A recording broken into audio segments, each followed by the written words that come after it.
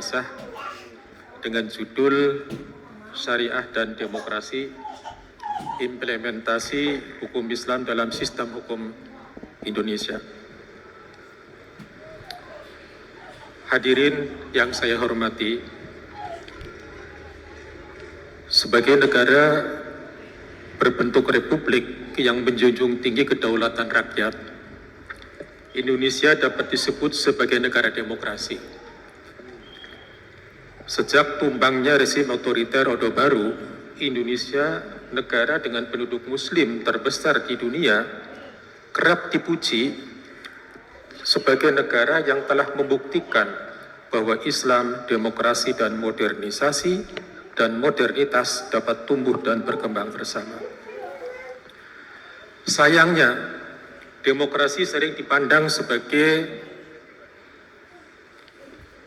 oleh sebagian kalangan sebagai penghalang praktek syariat Islam di Indonesia. Seolah-olah umat Islam yang ingin menjalankan syariat Islam harus meninggalkan demokrasi. Dan jika mereka mengambil demokrasi, mereka harus meninggalkan syariat Islam. Salah satu spanduk yang saya temukan di kampus perguruan tinggi Islam pada bulan Maret 2014 berbunyi, khilafah arus utama perjuangan mahasiswa, tinggalkan demokrasi. Islam tinggalkan demokrasi yang dipandang sebagai jalan semu perjuangan. Bagi mereka yang menolak demokrasi, alasannya adalah demokrasi akan menghasilkan hukum buatan manusia. Sedangkan dalam Islam, hukum atau syariat adalah hukum yang dibuat oleh Allah, hukum Tuhan. Alasan inilah yang membuat sejumlah tokoh Islam dan tokoh Kristen sebelum kemerdekaan menyepakati rumusan Piagam Jakarta yang akan dijadikan pembukaan konstitusi Indonesia. Piagam ini dirumuskan oleh 9 orang, Insinyur Soekarno, Dr. Andos Muhammad Hatta, A.A. Maramis, Abi Kusmo Cokro Sujono, Abdul Kahar Musakir, Agus Salim, Ahmad Subarjo, Wahid Hasim, dan Bapak Muhammad Yamin. Salah satu keunikan piagam yang ditandatangani pada tanggal 22 Juni 1945 adalah piagam ini memuat kalimat yang berbunyi, ketuhanan dengan kewajiban menjalankan syariat Islam bagi pemeluknya. Kalimat ini merupakan jaminan formal bahwa di negara yang baru yang akan dibentuk, jadi waktu itu Indonesia belum dimerdekakan, belum merdeka, umat Islam akan dimudahkan dan diwajibkan menjalankan syariat Islam. Oleh karena itu, ketika kemerdekaan Indonesia diproklamirkan pada tanggal 17 Agustus 1945 dan konstitusi Indonesia ditetapkan keesokan harinya, umat Islam justru kecewa. Pasalnya 7 kata dengan kewajiban menjalankan syariat Islam bagi pemeluknya dalam Piagam Jakarta dihilangkan. Pada tahun 1959, ketika dasar negara dibahas kembali di konstituante, ada usulan untuk menjadikan Islam sebagai dasar negara atau menjadikan 7 kata itu diadopsi kembali. Soekarno pada tanggal 5 Juli 1959 mengeluarkan keputusan presiden untuk kembali ke Undang-Undang Dasar 1945. Dalam keputusan tersebut, Soekarno mengatakan bahwa kami berkeyakinan bahwa Piagam Jakarta tanggal 22 Juni 1945 menjiwai Undang-Undang Dasar 1945 dan adalah merupakan satu rangkaian kesatuan dengan konstitusi tersebut. Hadirin yang berbahagia, apa yang dikatakan oleh Soekarno dalam dekret tersebut berarti meskipun jamunan formal dalam konstitusi untuk menjalankan syariat Islam gagal didapatkan oleh partai-partai Islam. Namun peluang untuk membuat undang-undang atau peraturan yang berdasarkan atau diilhami oleh syariat Islam melalui mekanisme demokrasi perwakilan masih terbuka lebar, meskipun ada tantangan-tantangannya. Sejumlah pengamat khawatir bahwa para aktivis Islam yang selalu mengusung tema syariat akan menggunakan demokrasi justru untuk membunuh demokrasi. Karena pada dasarnya mereka menolak prinsip demokrasi dan hak asasi manusia yang mereka anggap bertentangan dengan syariat dan kedaulatan mutlak Tuhan. Sebaliknya, aktivis Islam justru merasa khawatir dengan demokrasi. Karena bagi mereka demokrasi akan membuka jalan bagi berkembangnya sekularisme, pluralisme, dan liberalisme. Sesuatu yang menurut Majelis Ulama Indonesia dalam keputusannya nomor 7 tahun 2005 adalah haram. Karena akan melemahkan komitmen umat Islam terhadap norma agamanya sendiri.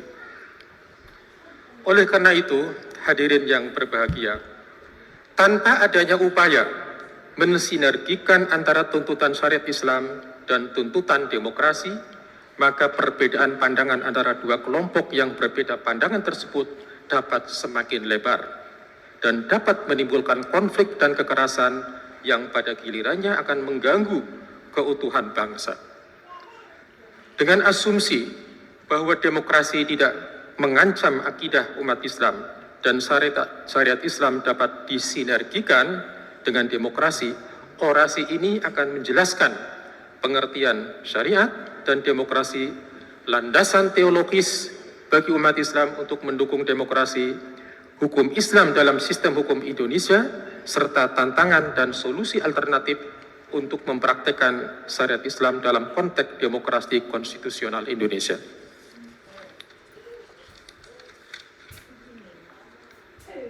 Hadirin yang berbahagia, istilah syariat dalam bahasa Arab berarti jalan. Dari bacaan tersebut, syariat secara umum berarti cara atau jalan yang diambil umat Islam untuk menjalani kehidupannya, baik sebagai individu, sebagai anggota masyarakat, atau sebagai komunitas agama. Istilah syariat sering digunakan dalam wacana masa kini, seolah-olah identik dengan Islam itu sendiri sebagai totalitas kewajiban umat Islam. Dari perspektif ilmu fikih, syariat mengacu kepada hukum Islam. Hukum Islam adalah kumpulan kewajiban agama yang mencakup semua totalitas perintah Allah yang mengatur kehidupan setiap muslim dalam semua aspek. Nah, sebagai hukum yang diyakini berasal dari Tuhan, syariat adalah konsep yang sebenarnya abstrak, sebagaimana abstraknya Tuhan, yang menyisakan banyak ruang untuk berbagai interpretasi konkret oleh manusia. Oleh karena itu bisa dimengerti andai kata muncul ada istilah divine syariat atau abstrak syariat, classical syariat, historical syariat, dan contemporary syariat. Syariat klasik adalah kumpulan aturan Islam, prinsip dan kasus, dan disusun oleh para ulama untuk mencari kehendak Tuhan selama 2 abad pertama setelah wafatnya Nabi. Kemudian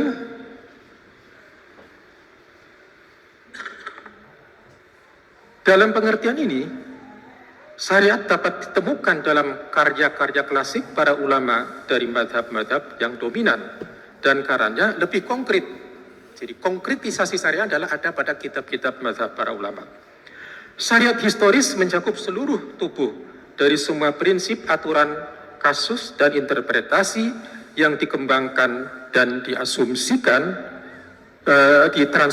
ditransmisikan sepanjang sejarah lebih dari 1.000 tahun di seluruh dunia muslim. Dalam konteks ini, syariat menjelma menjadi fikih. Transformasi syariat menjadi fikih terjadi melalui bantuan ilmu fikih atau disebut the science of syariat.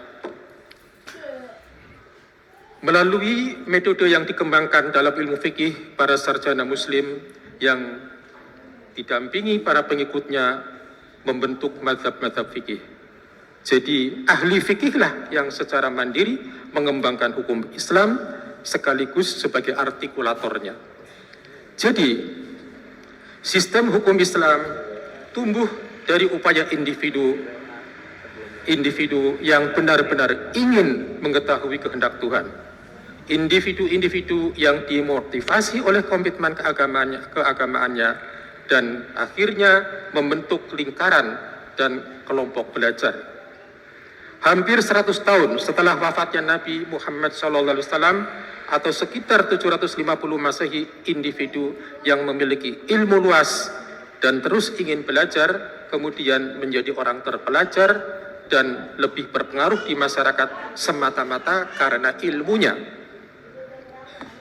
Para ahli ini menyaingi kewibawaan negara di bidang hukum dengan menempatkan diri sebagai artikulator hukum. Jadi, otoritas hukum didasarkan pada pengetahuan yang dimiliki seseorang, bukan pada kekuasaan, politik atau masyarakat. Keahlian hukumlah yang membuat seseorang memiliki otoritas. Otoritas hukum bersifat privat, melekat pada para ahli, bukan otoritas politik atau negara. Jadi, hukum Islam pada akhirnya mewakili pandangan para ahli hukum. Ia dikembangkan oleh individu melalui ilmu hukum atau ilmu fikih. Hadirin yang berbahagia, dalam perjalanan sejarahnya dapat diketahui pada akhirnya bahwa hukum Islam memiliki sejumlah karakter. Setidak-tidaknya kita bisa lihat misalnya, pertama, hukum Islam mengandung nilai sakral karena berasal dari Tuhan. Yang kedua, mengandung nilai moral karena hukum Islam itu menyangkut aspek nilai yang nanti bukan hanya untuk kehidupan dunia tapi di akhirat. Ketiga, pada dasarnya bersifat personal karena berdasarkan keimanan, terikat dengan keimanan. Kemudian yang keempat, tidak sepenuhnya bergantung pada negara tertentu. Yang kelima, bahwa hukum Islam bersifat fleksibel, dinamis, karena pada dasarnya dapat berubah jika terjadi perubahan sosial. Oleh karena itu, di balik dinamika perubahan itu, maka sebenarnya hukum Islam perlu diikat oleh tujuan yang jelas. Apa itu tujuan? Setidak-tidaknya ada 3 tujuan yang hukum Islam yang jelas, yaitu bahwa pertama, syariah hadir adalah untuk melindungi hak asasi manusia bagi semua masyarakat tanpa memandang ras, agama, dan budaya. Yang kedua, syariah adalah membangun keadilan, hadir untuk membangun keadilan antara umat Islam dan umat manusia lainnya. Dan tujuan yang ketiga adalah bahwa syariat hadir untuk membawakan maslahat atau membawa rahmat bagi kita semua. Hadirin yang berbahagia, itulah barangkali secara singkat orasi ilmiah yang saya sampaikan pada kesempatan ini. Untuk itu, sebagai penutup, saya ingin mengucapkan beberapa ucapan terima kasih ya. Secara khusus pertama kepada kedua orang tua saya yang sudah menjadi almarhum, mudah-mudahan diterima segala amal ibadahnya. Dan kemudian kepada istri saya yang pada kesempatan ini juga hadir, Hajah Baidinah M. Nur, yang dengan setia mendampingi saya dalam suka dan duka selama sudah 40 tahun lebih.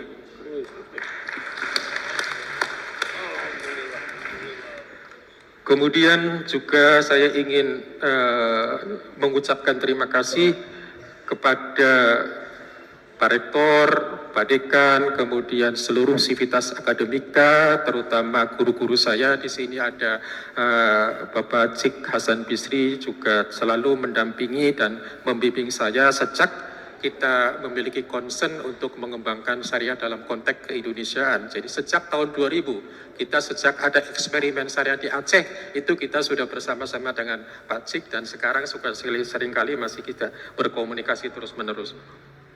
Bagaimana eksperimen syariah itu adalah bisa kompatibel dengan konteks Indonesia. Kemudian kepada guru-guru saya juga saya ucapkan penghargaan dan diiringi doa, mudah-mudahan semua dukungan dan kebaikan-kebaikan kepada diri saya dalam dukungan kepada karir saya juga diberi balasan yang dari Allah Subhanahu wa Ta'ala, dan bagi yang sudah mendahului kita juga diberikan tempat yang sehormat-hormatnya. Baik, begitu saja barangkali